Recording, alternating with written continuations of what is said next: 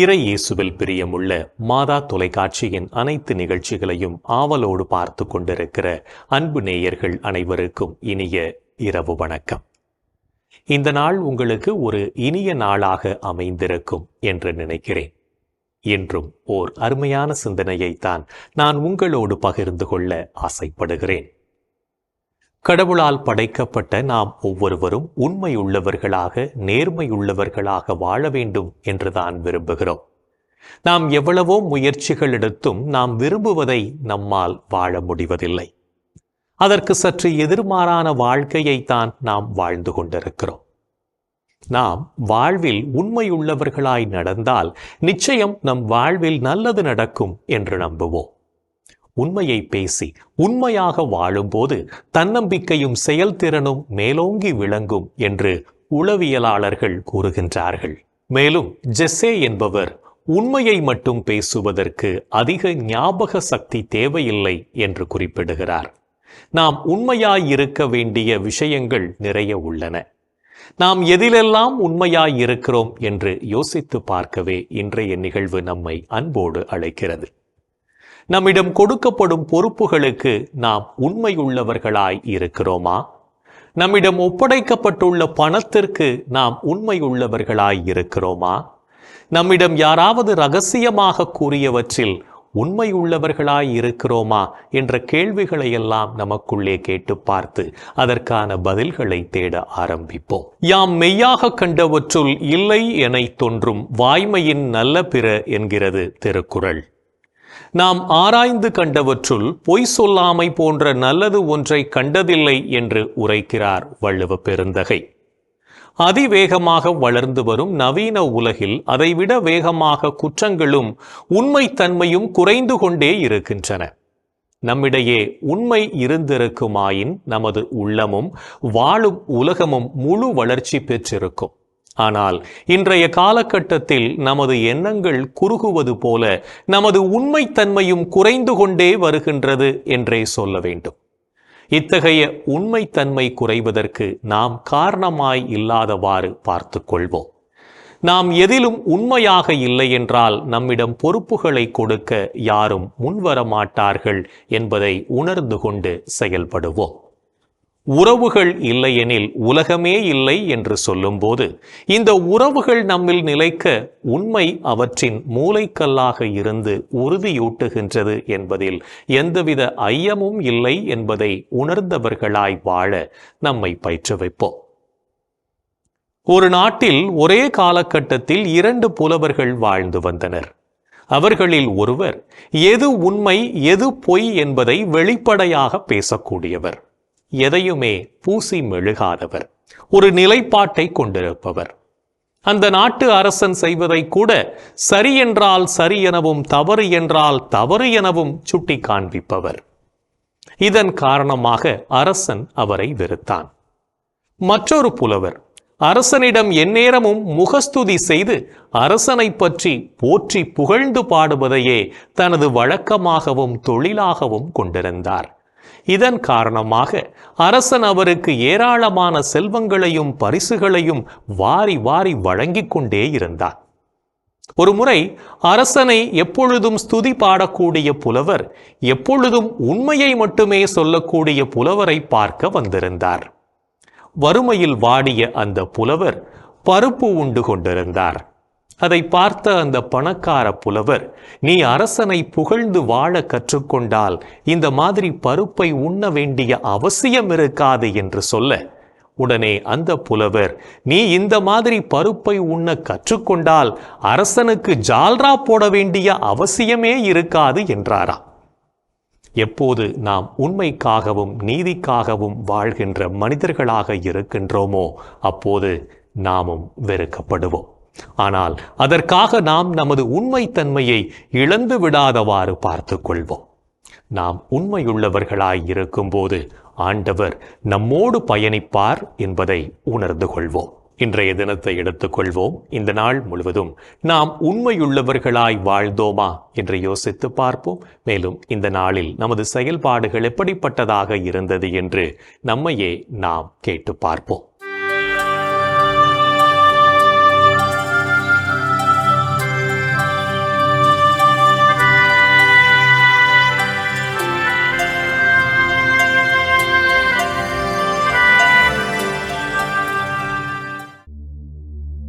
இன்று நீங்கள் செய்த செயல்களில் நீதியை நிலைநாட்டினீர்களா? நீதியை நிலைநாட்டுங்கள், நேர்மையை கடைபிடியுங்கள். நான் வழங்கும் விடுதலை அண்மையில் உள்ளது. இன்று நீங்கள் கடவுள் மீது நம்பிக்கை கொண்டீர்களா?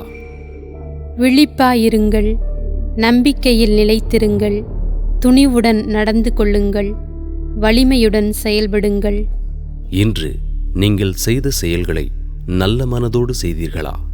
முணுமுணுக்காமலும் வாதாடாமலும் யாவற்றையும் செய்யுங்கள். அப்பொழுதுதான் நீங்கள் நெறி கெட்ட சீரழிந்த தலைமுறையினரிடையே குற்றமும் கபடுமற்றவர்களாய் கடவுளின் மாசற்ற குழந்தைகளென திகழ்வீர்கள். இன்று நீங்கள் உங்கள் நலனில் மட்டும் அக்கறை கொண்டு வாழ்ந்தீர்களா? நீங்கள் யாவரும் உங்களை சார்ந்தவற்றிலல்ல, பிறரை சார்ந்தவற்றிலேயே அக்கறை கொள்ள வேண்டும். இன்று நீங்கள் உங்கள் வீட்டில் உள்ள முதியோரை மதித்து நடந்தீர்களா? முதியோரிடம் கடுமையாயிராதே, அவர்களை தந்தையராக மதித்து ஊக்குவி. இன்று நாம் இறைவனுக்கு ஏற்புடைய செயல்களை செய்திருந்தாலும் சில நேரங்களில் நமது செயல்களால் இறைவனையும் நம்மை சுற்றி வாழும் சமூகத்தையும் மனநோகச் செய்திருப்போம். அத்தகைய தருணங்களுக்காக மனம் வருந்தி மன்னிப்பு வேண்டி மனத்துயர் மன்றாட்டை ஜெபிப்போம்.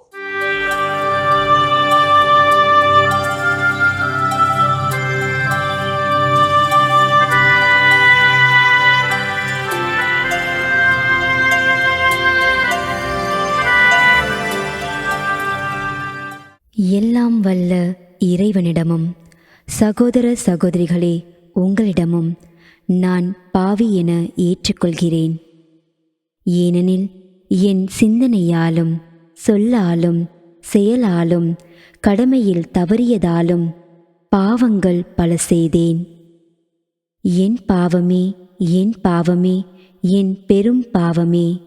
ஆகையால் எப்போதும் கன்னியான புனித மரியாவையும் வானதூதர் புனிதர் அனைவரையும் சகோதர சகோதரிகளே உங்களையும் நம் இறைவனாகிய ஆண்டவரிடம் எனக்காக வேண்டிக்கொள்ள மன்றாடுகிறேன். ஆமேன். மனத்துயர் மன்றாட்டை ஜெபித்ததன் வழியாக இறைவனிடமிருந்து மன்னிப்பை பெற்றிருப்போம் என்ற நம்பிக்கையோடு இறை வேண்டலில் இணைவோம்.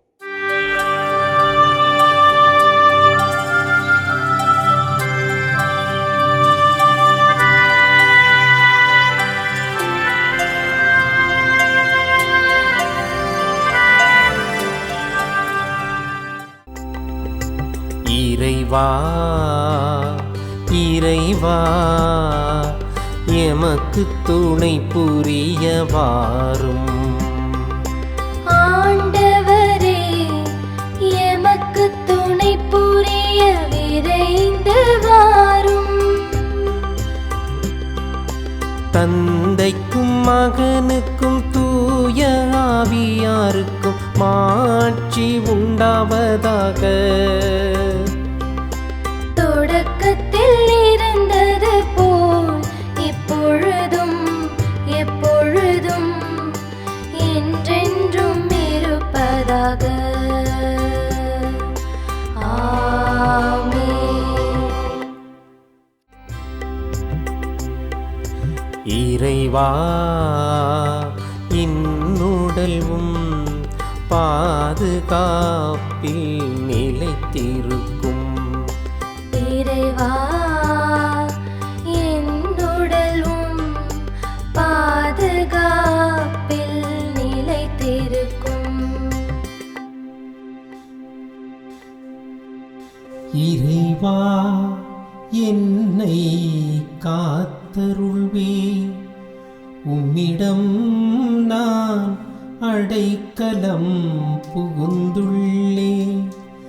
நான் ஆண்டவரிடம் நீரே என் தலைவர், உம்மையன்றி வேறு செல்வம் எனக்கு இல்லை என்று சொன்னேன். பூவுலகில் உள்ள தூயோர் எவ்வளவோ உயர்ந்தோர்,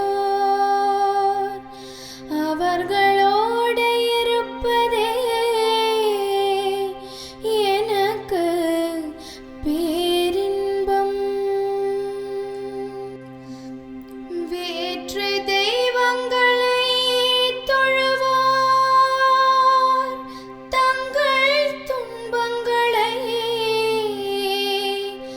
பெருக்கிக் கொள்வர். அவற்றுக்கு செலுத்தப்படும் இரத்தப் பலிகளில் நான் கலந்து கொள்ளேன். அவற்றின் பெயரை கூட நாவினால் உச்சரியேன். ஆண்டவர் தாமே என் உரிமை சொத்து, அவரே என் கிண்ணம். எனக்குரிய பங்கை காப்பவரும் அவரே. இனிமையான நிலங்கள் எனக்கு பாகமாக கிடைத்தன. உண்மையாகவே என் உரிமை சொத்து வளமானதே. எனக்கு அறிவுரை வழங்கும் ஆண்டவரை போற்றுகிறேன். இரவில் கூட என் மனச்சான்று என்னை எச்சரிக்கின்றது. ஆண்டவரை எப்போதும் என் கண்முன் வைத்துள்ளேன். அவர் என் வலப்பக்கம் உள்ளார், எனவே நான் அசைவுறேன். என் இதயம் மகிழ்கிறது, என் உள்ளம் அக்களிக்கிறது. என் உடலும் பாதுகாப்பில் இளைப்பாரும். ஏனெனில் என்னை பாதாளத்தில் விட்டுவிட மாட்டீர். அன்பன் நான் படுகுழியை காண விடமாட்டீர். வாழ்வின் வழியை நான் அறியச் செய்வீர். உமது திருமுன் எனக்கு நிறை மகிழ்ச்சி உண்டு. உமது வலப்பக்கத்தில் எப்போதும் பேரின்பம் உண்டு. தந்தைக்கும் மகனுக்கும் தூய ஆவியாருக்கும் மாட்சி உண்டாவதாக. தொடக்கத்தில் இருந்தது போல் இப்பொழுதும் எப்பொழுதும் என்றென்றும் இருப்பதாக. ஆமென். இறைவா, இன்னுடலும் பாதுகாப்பில் நிலைத்திருக்கும்.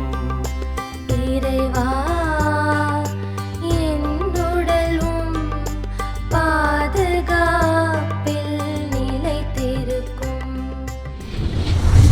இறைவனின் உடனிருப்பு இந்த இரவு பொழுதிலும் நம்மை பாதுகாத்து வழி நடத்தும் என்ற நம்பிக்கையை இறை வேண்டலின் வழியாக பெற்றுக்கொண்ட நாம் இப்போது நாளைய நற்செய்தி வாசகத்திற்கு செவிமடுப்போம்.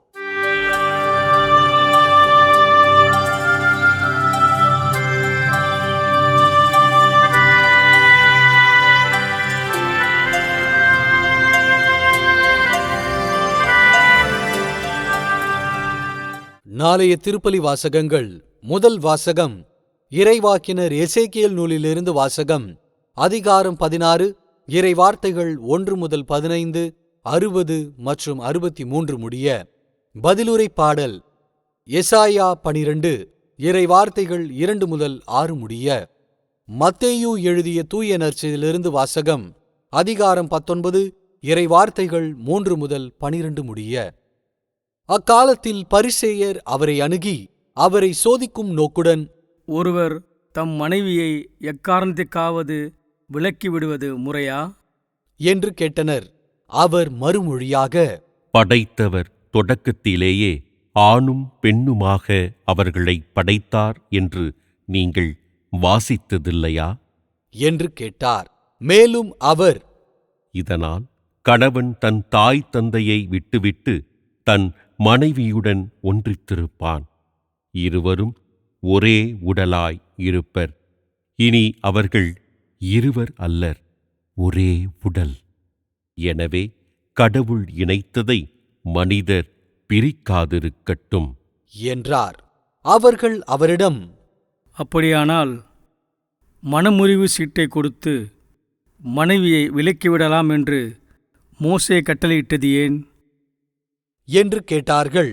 அதற்கு அவர், உங்கள் கடின உள்ளத்தின் பொருட்டே உங்கள் மனைவியரை விலக்கிவிடலாம் என்று மோசே உங்களுக்கு அனுமதி அளித்தார். ஆனால் தொடக்க முதல் அவ்வாறு இல்லை. பரத்தமையில் ஈடுபட்டதற்காக அன்றி வேறு எக்காரணத்திற்காவது தன் மனைவியை விலக்கிவிட்டு வேறொரு பெண்ணை மணப்பவன் எவனும் விபச்சாரம் செய்கிறான் என நான் உங்களுக்குச் சொல்கிறேன் என்றார். அவருடைய சீடர்கள் அவரை நோக்கி, கணவன் மனைவி உறவு நிலை இத்தகையது என்றால் திருமணம் செய்து கொள்ளாதிருப்பதே நல்லது என்றார்கள். அதற்கு அவர், அருள்கொடை பெற்றவரன்றி வேறு எவரும் இக்கூற்றை ஏற்றுக்கொள்ள முடியாது.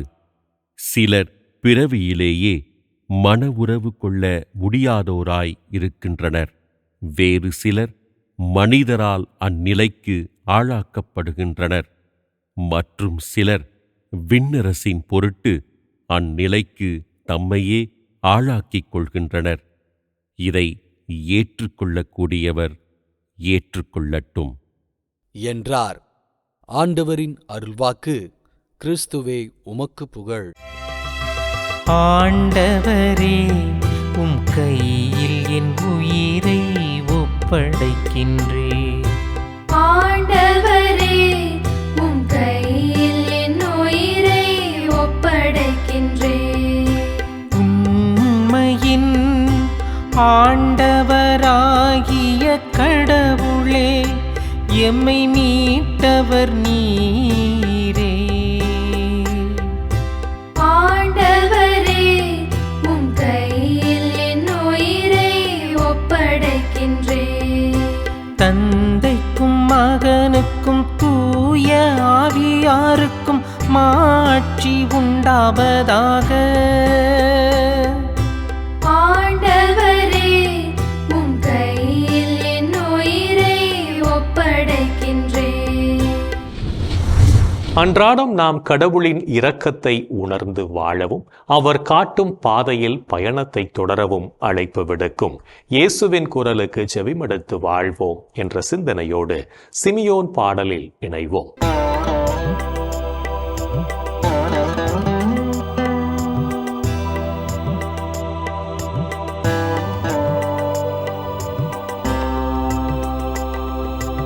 ஆண்டவரே, நாங்கள் விழித்திருக்கும் போது எங்களை காத்தருளும். நாங்கள் தூங்கும் போது எங்களை பாதுகாத்தருளும். இதனால் கிறிஸ்துவோடு விழித்திருந்து அவரோடு அமைதியில் இளைப்பாறுவோம். அவரோடு அமைதியில் இளைப்பாறுவோம்.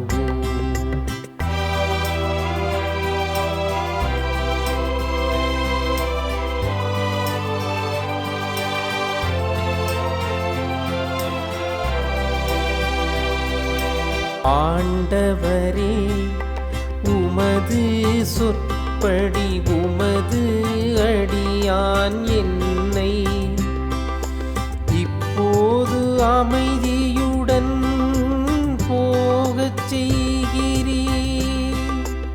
ஏனெனில் மக்கள் அனைவரும் காணுமாறு நீர் ஏற்பாடு செய்துள்ள உமது மீட்பை என் கண்கள் கண்டு கொண்டன. இம்மீட்பே பிற இனத்தாருக்கு வெளிப்பாடு அருளும் மொழி. இதுவே உம் மக்களாகிய இஸ்ராயேலுக்கு பெருமை. இஸ்ராயேலுக்கு பெருமை. தந்தைக்கும் மகனுக்கும் தூய ஆவியாருக்கும் மாட்சி உண்டாவதாக. தொடக்கத்தில் இருந்தது போல் இப்பொழுதும் எப்பொழுதும் என்றென்றும் இருப்பதாக. ஆமென். ஆண்டவரே, நாங்கள் விழித்திருக்கும் போது எங்களை காத்தருளும். நாங்கள் தூங்கும் போது எங்களை பாதுகாத்தருளும். இதனால் கிறிஸ்துவோடு விழித்திருந்து அவரோடு அமைதியில் இளைப்பாறுவோம். அவரோடு அமைதியில் இளைப்பாறுவோம். இறைவன் நம்மை ஒவ்வொரு நொடிப்பொழுதும் அற்புதமாய் வழிநடத்தி கொண்டிருப்பதை சிமியோன் பாடல் வழியாக உணர்ந்து ஜெபித்த நாம் இப்போது நாளைய புனிதரை பற்றி பார்க்கலாம்.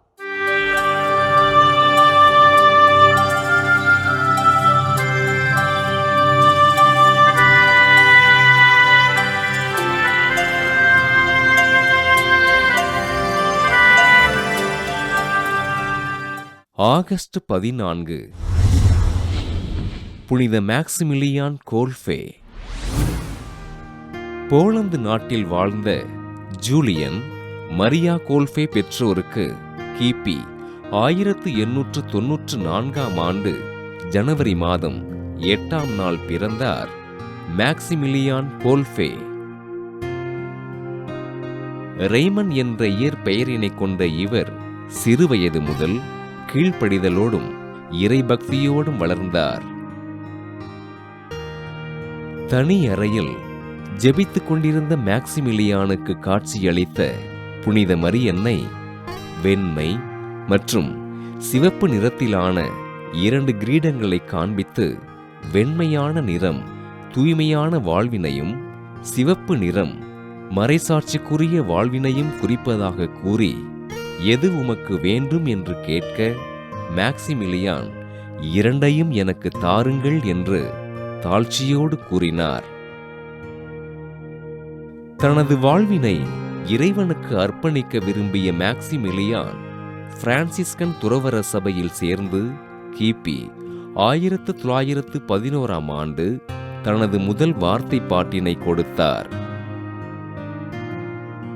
கிபி 1914ஆம் ஆண்டு குருத்துவ அருட்பொழிவு பெற்ற இவர் ஏழை மக்களிடம் அன்போடு இருந்து அவர்கள் வாழ்வு முன்னேறுவதற்கு உதவிகள் செய்தார். கிபி 1939ஆம் ஆண்டு ஹிட்லரின் படை வீரர்களால் கைது செய்யப்பட்ட மேக்சிமிலியான் சிறையில் அடைக்கப்பட்டு பல்வேறு துன்பங்களுக்கு ஆட்பட்டார். சிறையில் இருந்த கிறிஸ்துவர்களுக்கு ஒப்புரவு அருட்சாதனம் வழங்கி தன்னோடு சிறையில் இருந்தவர்களுக்காக ஜெபித்த அருட்தந்தை மேக்சிமிலியான் கிபி 1941ஆம் ஆண்டு ஆகஸ்ட் 14ஆம் நாள் விஷ ஊசியின் மூலம் கொலை செய்யப்பட்டார்.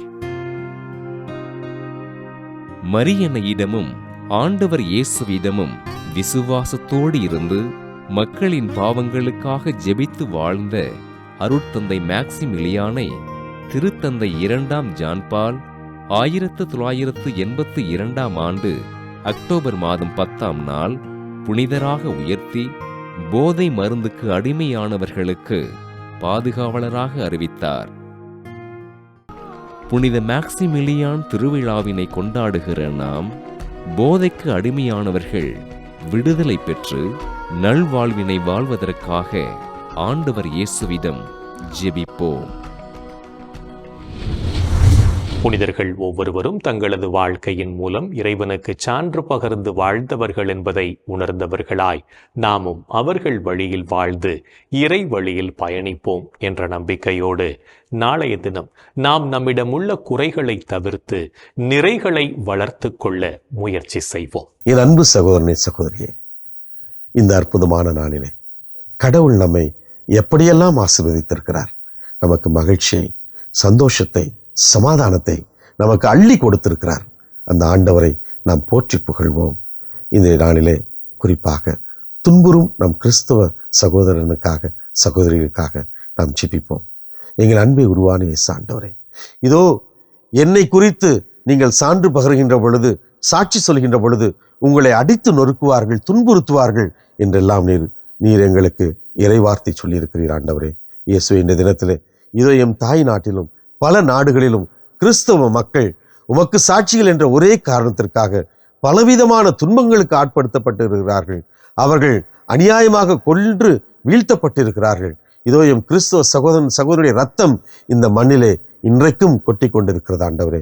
இயேசுவே, இதோ என் சகோதரனை, சகோதரியை, கிறிஸ்தவ மக்களை நீர் காப்பாற்ற வேண்டும் என்றும் அவர்களுக்கு நீர் துணை வர வேண்டும் என்றும் சொல்லி இந்த நேரத்தில் நாங்கள் கெஞ்சி கேட்கிறோம். நீர் ஒருவரே எங்களுக்கு துணை வர முடியும். உம்மால் மட்டுமே உண்மையான ஆதரவு எங்களுக்கு கிடைக்கும். நாங்கள் கத்தோலிக்கர்கள், கிறிஸ்தவர்கள் என்ற ஒரே காரணத்திற்காக நாங்கள் படுகின்ற துன்பங்களை, வேதனைகளை எல்லாம் உமது திருப்பாதத்தில் நாங்கள் காணிக்கையாக சமர்ப்பிக்கின்றோம். ஆண்டவரே, எம் கிறிஸ்தவ மக்களை நீர் ஆசீர்வதியும். எங்கள் அன்பு தாயே, கிறிஸ்தவர்களின் சகாய தாயே, உமது பிள்ளைகளாக இவர்களுக்காய் நீர் பரிந்து பேசும்படியாய் இமை கெஞ்சி கேட்கிறோம் அம்மா. இந்த ஜெபங்களையெல்லாம் எங்கள் ஆண்டவராகிய இயேசுவே உமது வல்லமையான திருநாமத்தின் வழியாக இமை கெஞ்சி மன்றாடுகிறோம். ஆமென். என்று வாழும் உயிருள்ள இறைவன், தந்தை, மகன், தூய ஆவியார் நம் அனைவரையும் நிறைவாக ஆசீர்வதிப்பாராக. ஆமென். இந்த ஜெபத்தின் வழியாக இறை அருளும் ஆசீரும் நம் மீது நிறைவாக பொழியப்பட்டிருப்பதை உணர்ந்திருப்போம். இறை ஆற்றலும் வல்லமையும் என்றும் நம்மில் தங்கும். அன்னை மரியாவும் நமக்கு உதவிகள் செய்வார் என்ற நம்பிக்கையோடு அவரின் துணை வேண்டி இந்த நிகழ்வை நிறைவு செய்யலாம். Good night.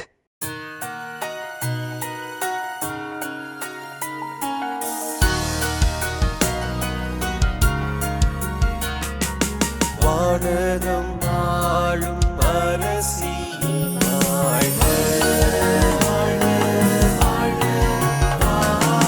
வானவர் அனைவரின் தலைவியே வாழ்க, இசையின் வேரே உலகில் பேரொளி உதயம் ஆகிய வாயிலை வாழ்க.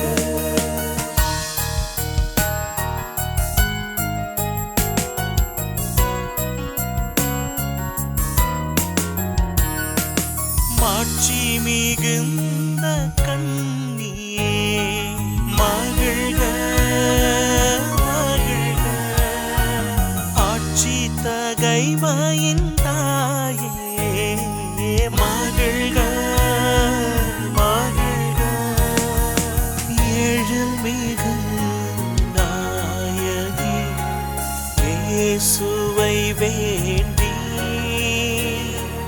பொழிந்திடும்